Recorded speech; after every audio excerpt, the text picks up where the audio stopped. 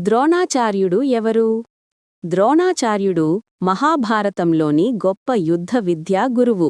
హస్తినాపురంలో రాజగురువుగా ఉండి పాండవులకు, కౌరవులకు ఇద్దరికీ విద్యలు నేర్పాడు. అర్జునుడు అతని అత్యంత ప్రియమైన శిష్యుడు.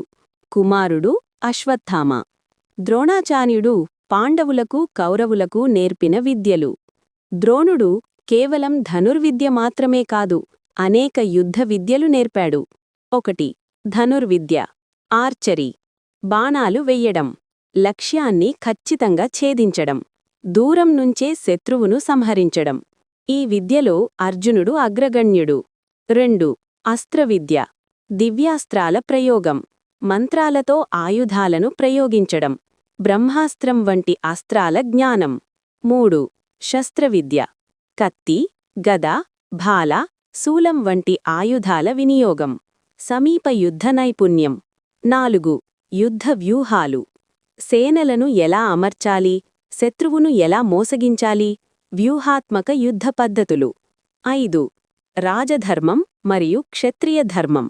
రాజుకు విధేయత, యుద్ధంలో ధైర్యం, శత్రువుతో ధర్మబద్ధంగా పోరాడడం.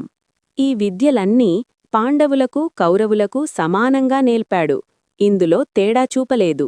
అప్పుడు ఎందుకు కౌరవుల వైపు నిలబడ్డాడు? దీనికి 3 ప్రధాన కారణాలు ఉన్నాయి. 1. రాజరుణం. ధృతరాష్ట్రుడి రుణం. ద్రోణుడు మొదట పేదరికంలో ఉన్నాడు. భీష్ముడు పరిచయం చెయ్యడంతో ధృతరాష్ట్రుడు ద్రోణుడిని రాజగురువుగా నియమించాడు. జీవనాధారం, గౌరవం, ఆశ్రయం అందించాడు.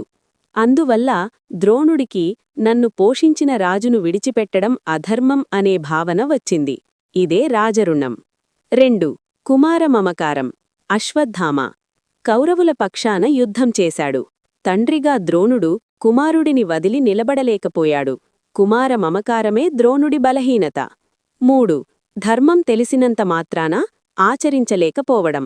ద్రోణుడికి తెలుసు, ధర్మం పాండవుల వైపే ఉంది. అయినా రాజరుణం, కుమార మమకారం ఇవి ధర్మాన్ని మించాయి.